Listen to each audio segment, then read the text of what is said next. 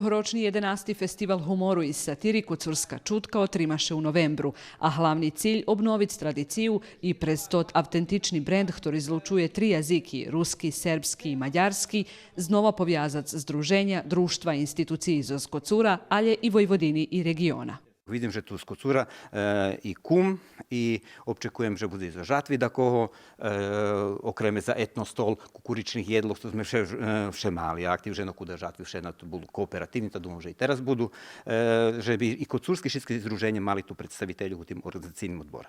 Okremni akcent toho roku budze na mladih učešníkoh i školjaroh.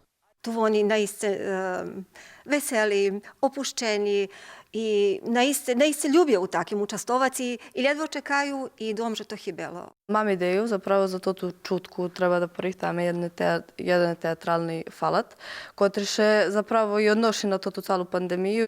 Otvoreni i novi konkurs za humoristični i satirični roboti na temi Pandemija i ja i popis hraždanoh statku i drobizgu. Može biti humoreska, humoristična pisnja, humoristična pripovetka.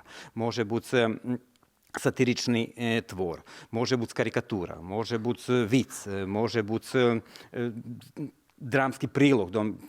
Naiste šitsko možljive samo je s humorom i satirom.